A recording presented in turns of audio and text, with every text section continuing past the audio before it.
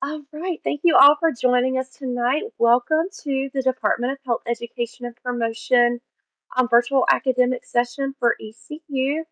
My name is Kelly Dill. I am an academic advisor here at ECU. I don't advise for public health, but I'm happy to be here and help answer questions. I'll let everyone kind of go around and introduce themselves really quickly.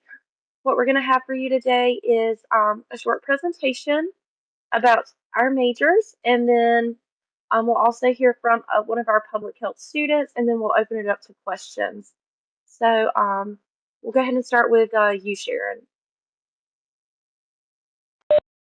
Hi, everybody. My name is Sharon Mcnair. I have been advising for public health and environmental health since 2014, so about 8 years now. It's great to have you guys with us tonight.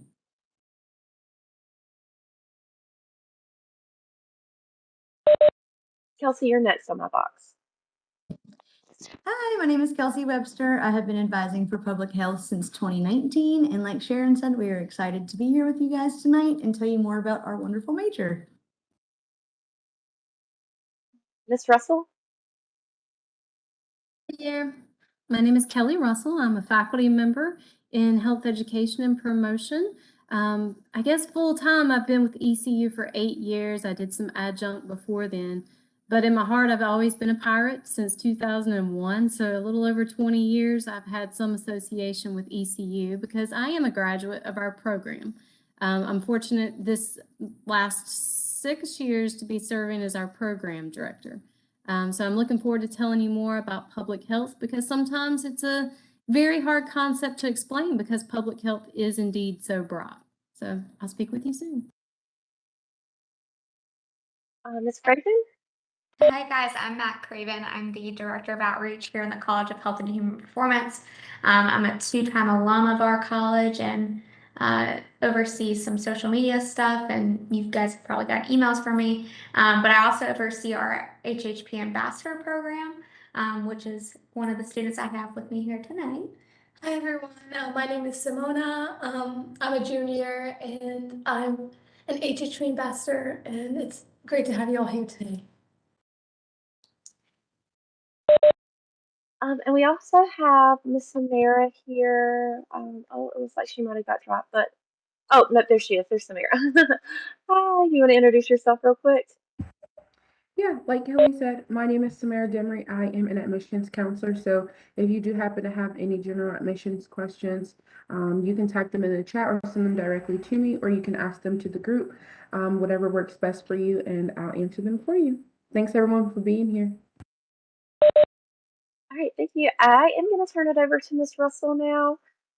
If you do have any questions, just feel free to raise your electronic hand, or like Miss Mary said, put it in the chat. I'll be monitoring the chat. Some advisors will be monitoring the chat for you. So we'll go ahead and get started.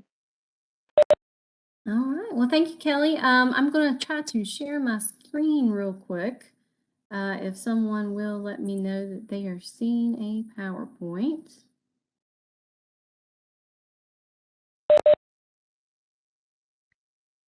Are we all good to go with the fall view at ECU? Looks great. All right, so this is kind of the current view on campus. I'm sure it wasn't a picture that was taken recently, but fall is certainly in the air, and I'm excited to share more with you about public health today. Very common around campus. If I say purple, you say? You put Gold. Gold. I had to unmute really quickly. Gold is the correct answer. But if I said public health, I think we could probably go around today and all share a different answer of what public health truly entails. You see some examples on your screen, from research to surveillance, monitoring. I frequently talk with students that want to go into the area of maternal health. My very first position was located in HIV and AIDS prevention efforts. So really, the term public health is just super broad. And there is a video that is called The Healthiest Nation in One Generation. Maybe Ms. Dill will be able to place that in the chat. It's a short 2-minute long video. If you get the chance, go out there and look at it. In fact, public health is impacting each of you every single day. And if you're thinking, maybe she's falsifying this, it's not every single day. Question, did you turn on the water this morning to brush your teeth? Well, I hope so. But I guarantee you weren't worried about that water being contaminated. And just this past week, we had a lot of water after Hurricane Ian came through. Certainly Florida has a lot of damage that public health is responding to as far as emergency preparedness. But even here in Eastern North Carolina, we're known for some gigantic mosquitoes. So public health is there to help with vector control and identification and other disease-borne illnesses. So public health is broad, but I'm really surprised in thinking of COVID that this one didn't come to mind sooner.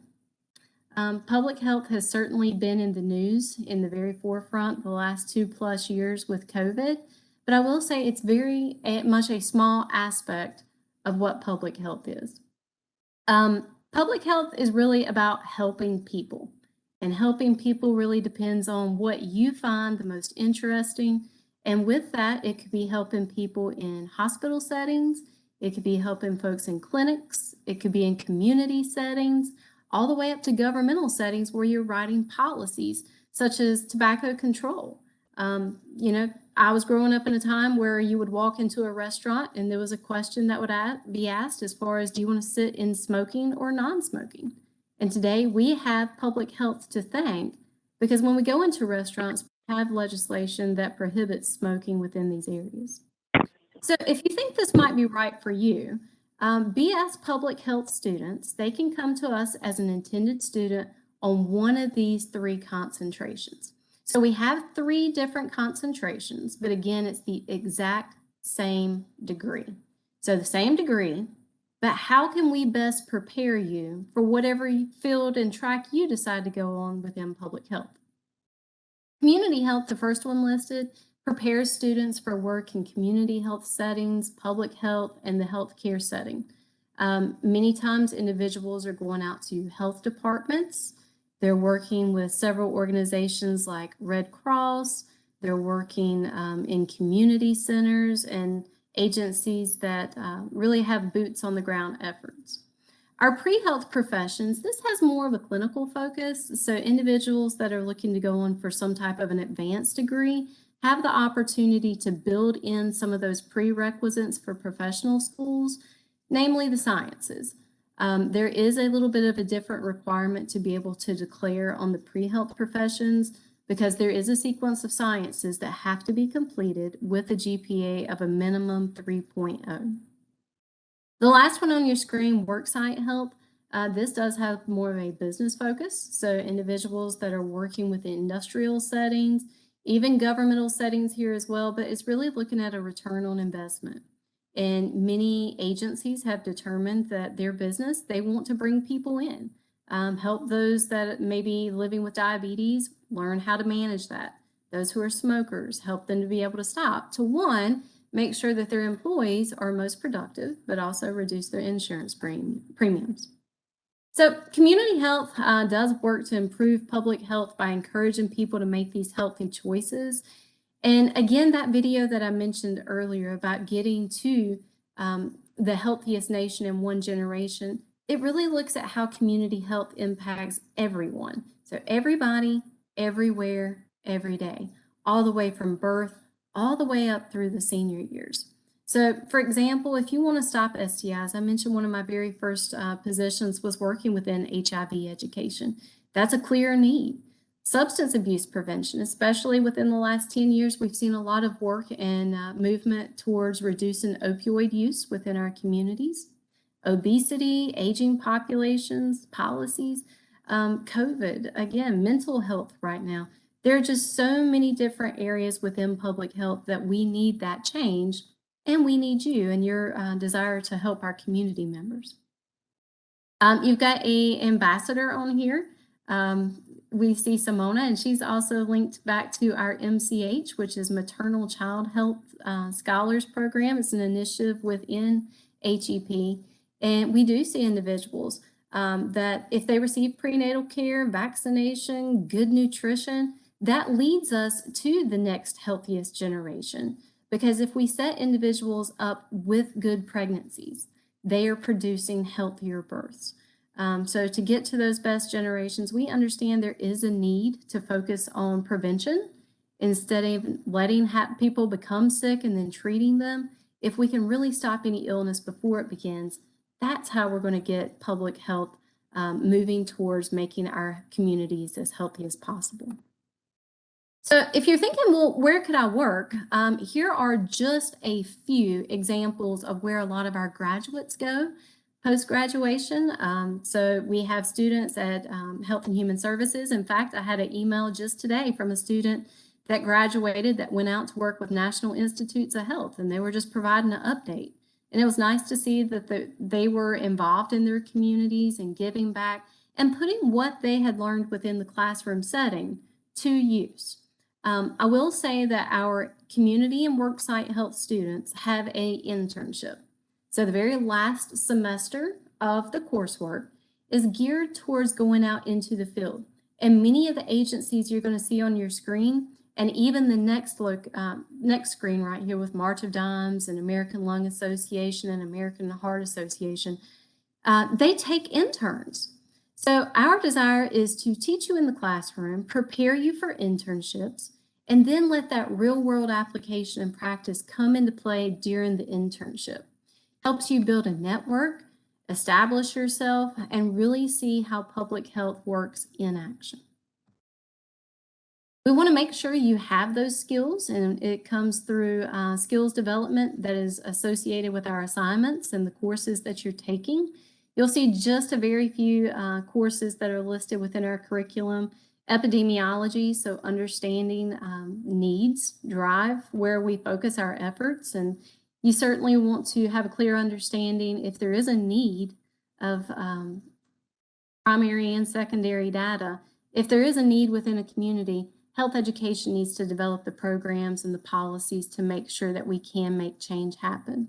You're going to see at the very end, community organizing, presentation development, oral communication. So we are very much a people-focused discipline. And that means you need to be able to communicate with, just like I mentioned, everybody, everywhere, every day. So I mentioned pre-health shares a little bit more of that clinical focus with our students, and it does prepare them for entry to graduate schools. With that, it could be medicine, dentistry, physician assistant, pharmacy. In fact, we have had students go to a lot of different areas, but I think the individual in the photo being very flexible, flexibility is the key term associated with pre-health because you have that flexibility. And I've got a photo on our next slide. If you take a look down towards the junior year, you'll see over there on the far right column, restricted elective, restricted elective. So there's two there. You'll see these in some of the other blocks as well. But if you are going to an institution post BS degree that requires certain restricted electives, prerequisite courses that are going to help you as you apply to those positions, you can build those into your undergraduate curriculum to, one, help you still complete an undergraduate degree, but also that will help you prepare for your next step. Going back to worksite, again, it is more of that focus around businesses and making sure that there are work sites that are investing in their employees. So it does provide a blend of public health, exercise science. Many times there are more clinically focused skills such as health screenings, blood pressure, heights, weights, glucose, and things like that. But it is helping individuals in worksite settings. And kind of wrapping this all up, just to be brief, because I understand public health is broad. And even though I could share about a lot of different things, each of you probably will learn more if you have some questions that we can jump into some dialogue. But public health is everybody, everywhere, every day. And when I say that, right now, Greenville, North Carolina, some of you might be here. But public health allows for opportunities in major cities. It could be on the West Coast. It could be in various countries. Fortunately, we have a study abroad that we are able to bring back in May of 2023. And it's a great way to help get our students more exposed to different cultures and backgrounds. So we're excited to bring that back to students. It is a wonderful way to engage. We also have student organizations, again, to help you build that understanding of how to work with other people. But I'm going to flip my screen back and really go hopefully more into some discussion about what questions.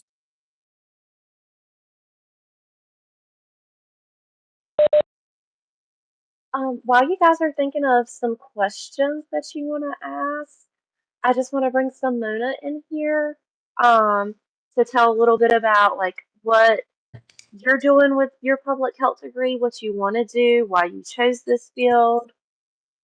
Yeah. So again, my name is Simona. I'm a junior. My major is public health, and I am the pre-health concentration. I'm actually an early Sharon Scholar for medicine, so I have been accepted to Brody, so I'll be here for the next 6 years. Some things that I'm involved with on campus are I'm an HHP ambassador, which basically means I represent this entire department, and it's a group of students who we run social media accounts and just take a look at what we do every day, different things we do. Another thing that I'm involved with is an Mch Scholars Program, which is focused on child and maternal health care, and that is where we learn about, through various speakers, activities, and conferences, we learn more about that field. And yeah, I think that's the reason I chose ECU, I would say, is because I really wanted to have a connected faculty, and something that I had heard a lot about through family and friends was at ECU, you really get connected with the faculty, and I thought that was a really important thing for me. Um, and it's been great so far. In my third year, I have a great mentor. I just reached out to her like my first week, my freshman year, and ever since she's been my mentor up until junior year, which I think speaks volumes to just how much the faculty here wants to help you and see you succeed. So, Simona's also in the honors college. oh yeah, Yeah, which helped with the early assurance that you heard her speak to. So she also just did a really cool thing over the summer that I have to brag on her for. She went to Nepal to volunteer. Do you want to speak about that? yeah. So I am a Nepali American student, and so this past summer I was in Nepal for about 7 weeks, and I did a whole bunch of different things. I was volunteering in rural and city health camps there, and helping out and seeing how their healthcare system is compared to ours. And then I was also teaching English in a rural village school for a couple weeks, and just yeah, it was really cool, really great experience.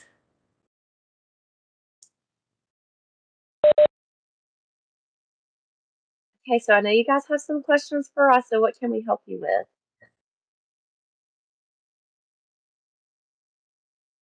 I think I have a question. Okay. I was just curious, is nursing a part of any of this? Like a community health or public health or anything like that? Does that kind of qualify under that? No, if you're interested in getting and become a licensure nurse, you have to get your BSN. We do not have any nursing courses, Okay. but a lot of students who are interested in nursing may do the public health minor, and we do have a minor in public health. Okay, cool. Now, Zachary, what the pre-professionals health professions concentration can do is help prepare you for other clinical programs, such as becoming a physician's assistant or medical school, occupational therapy, physical therapy. Um, when you think of those degrees, a lot of people think you have to major in biology or chemistry. But what I like about, this degree is you get all of the sciences you need for those programs, but you're also taking other courses to help you become a more well-rounded candidate besides just straight science courses. So you're learning about patient education. We talked about epidemiology, global public health, those types of classes. Okay, cool. Thank you.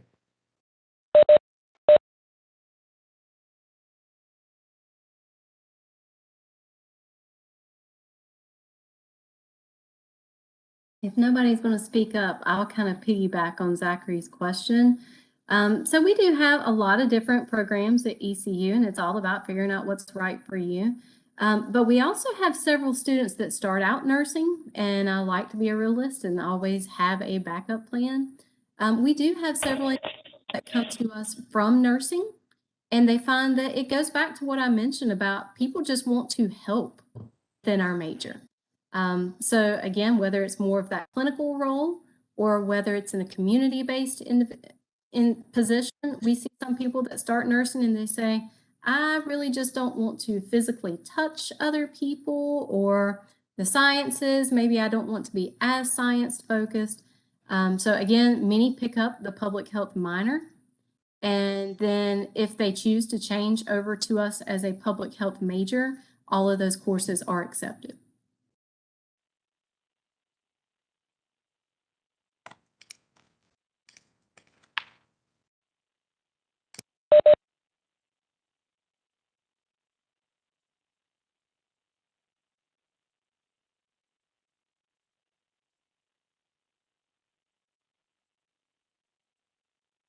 Yes, so Kelly, can you, or Ms. Russell, can you talk about the promoting health equity minor that we have as well?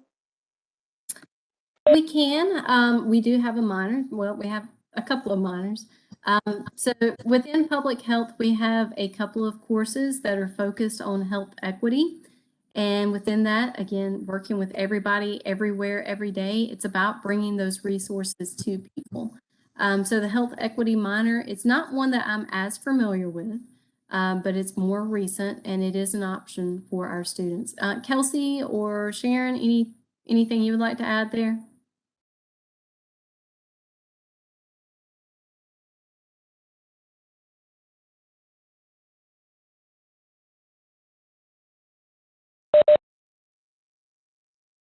I'd like to talk about study abroad a little bit because I think our programs are really cool. I'm not sure if anybody on the call is interested in studying abroad, but what we have at ECU are a couple of different options. One option is yes to do the regular study abroad, go for a semester, go by yourself to a different country and study. Within the different colleges and within the department, we have what we call faculty led summer study abroads. So this allows you to go for a shorter period of time, so just a few weeks in the summer, not a whole semester.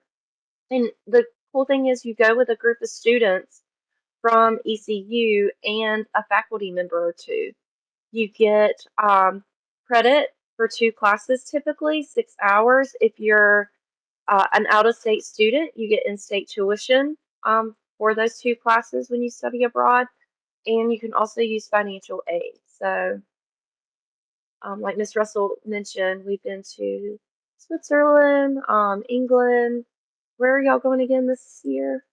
So May, it'll be, I think it's a 15-day trip. Will be Switzerland, Italy, and France.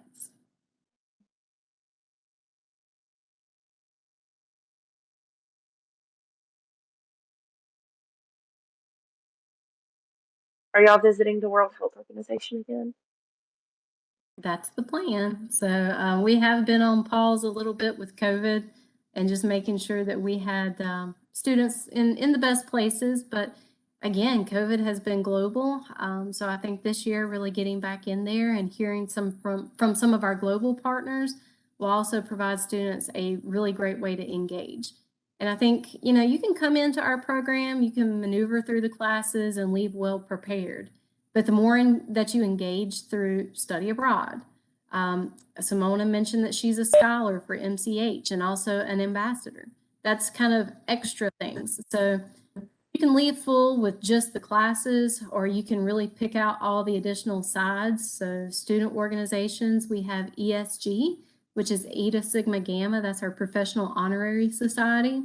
We have HER Plus Public Health, which is really focused on health equity and bringing women, individuals up to the forefront of public health. And we also have one that I'm personally involved with, PEP Squad. And it's PEP, P-E-P, but it's Preconception Educating Pirates. And that one does have a strong focus on maternal child focus and making sure that we focus on preconception health.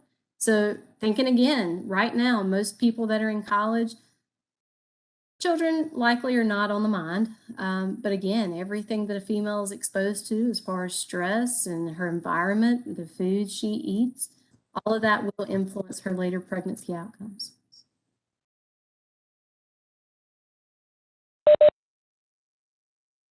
And you can ask questions outside of the major. If you have questions about other majors, we'll try to do our best. We're here to help you with whatever you need. If you have admissions questions, Miss Samara is on the call as well. Can you run down some deadlines for them to be aware of? Yeah, so the first deadline that is coming up right now is going to be the Honors College deadline. And so what that means is you would need to submit your application before or by November the 1st to be considered if you are honors eligible.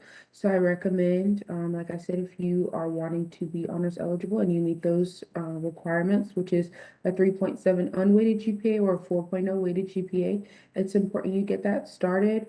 We also are participating in Free Application Week, and that's going to be October 17th through the 21st. So if you want to take advantage of that, we're using it on, of course, all of our platforms. So you can go in and submit your application like normal. I think that's most of our big deadlines coming up. But yeah, if you have any other just like general admissions questions, I'm here to help.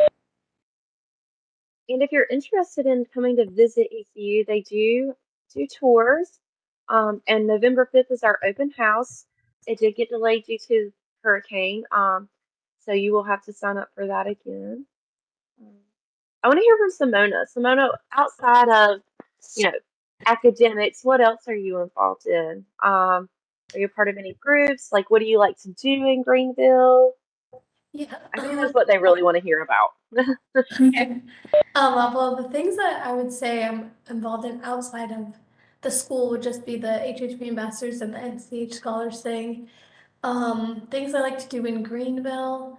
There's a really nice greenway, so I like going on walks there and hanging out with my friends a lot. Um,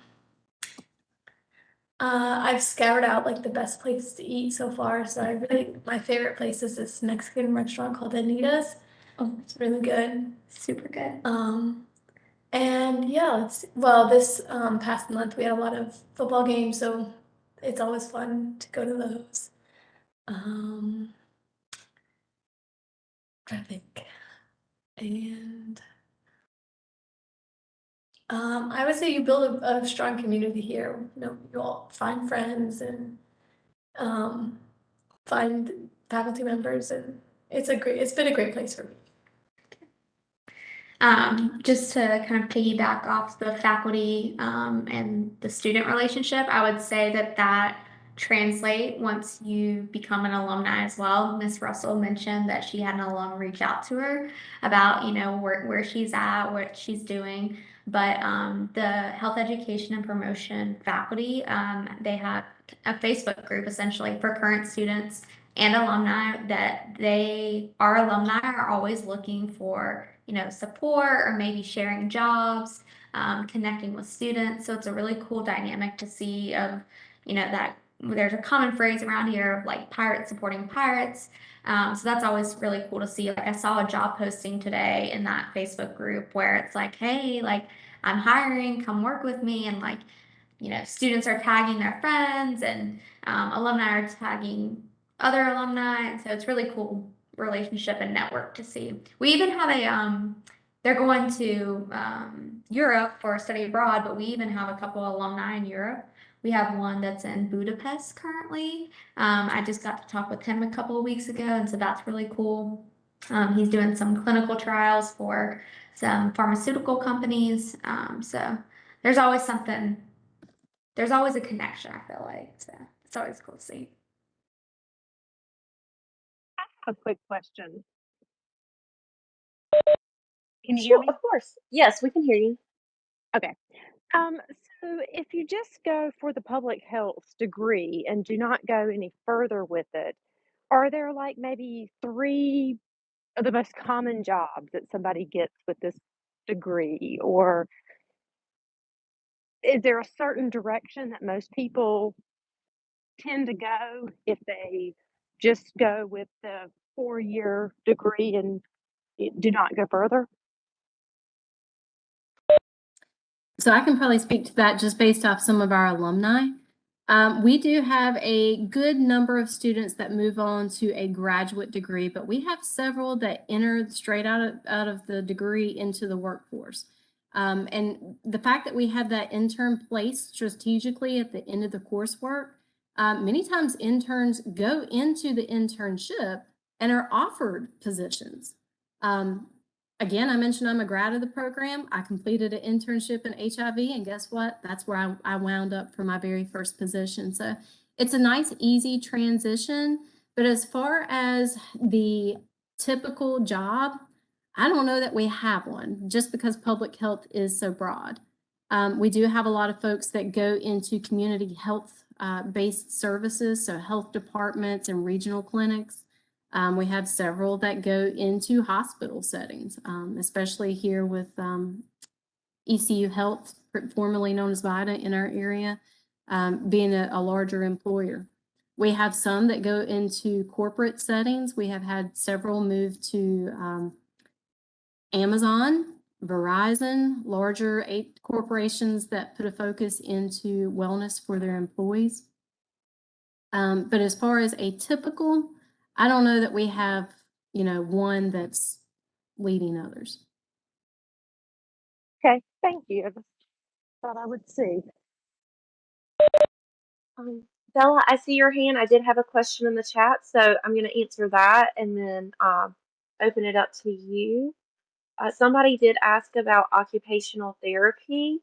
Occupational therapy is a master's level program, and you can major in anything, get your bachelor's degree in anything, as long as you get the prereqs needed for occupational therapy. And those include anatomy and physiology 1 and 2, a few psych courses, a medical terminology course. They also include a professional ethics course and sociology, so some of those types of courses. So again, you can major in anything, but public health, either the pre-health professions or the community health concentration would be a good route if you are interested in occupational therapy after your undergrad degree. Some other majors we have are like recreational therapy, family and community services if you're wanting to work with family and children. So, yeah, so we have quite a few degrees that would be a great fit for occupational therapy. And Bella, you can go ahead and ask your question. I'm sorry if my question is like terrible. I'm a sophomore in high school, so I don't know much about this stuff at all. That is okay. That we are here to help. We were all in a position like you at one point. I was first generation, trying to figure out the whole college thing. So go ahead and ask away. We're happy to have you. So when you apply to go to ECU, is this program something you apply for your freshman year, or do you have to wait? What happens is, Bella, you apply to ECU and you let them know what you want to major in. And you're considered intended in that major. So when you come to ECU, you're automatically going to be coded as intended public health. And then Okay. as you meet those requirements that Ms. Russell discussed, depending on your concentration, once you meet those requirements, then you can declare into the major and take some of the upper level classes. We don't have this isn't a competitive program and like you have to apply to it or interview for it. You just have to meet, pre-health professions, that 3.0 GPA and a B or higher in your sciences. And then for community health, a 2.75 GPA, and worksite health, I believe, is still a 2.5. So Okay, thank you so much. you're welcome.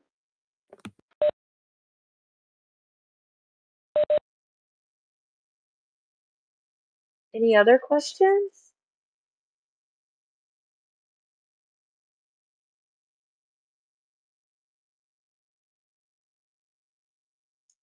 All right. Well, Simona or Miss Craven, anything else you want to add? Or Miss Russell?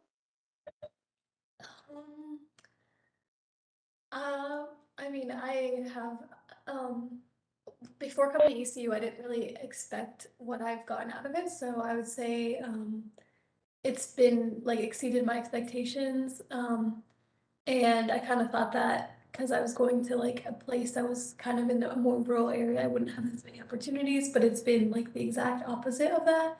So I think that's really cool. Um, I'll have to. So I oversee a lot of our social media accounts. So I'm gonna put our Instagram account in the chat. However, I also want to share the ambassador Instagram account. It's student ran, so there's a total of 10 HHP ambassadors from various degree areas. And they all kind of do day in the life takeover, so you guys can see what like being a day-to-day college student is like. Simona has one. She's actually going to a conference in November as part of the Mch Scholar Program, and that is funded through that program. So she's getting some networking opportunities and possibly some research opportunities. So we're really excited for her. But she'll be doing a takeover then, so you guys can see like the behind the scenes of that kind of thing. But if you guys have any like student centered questions, you can always kind of DM them and ask them and just see what being an ECU student's like. So I'll put those in the chat.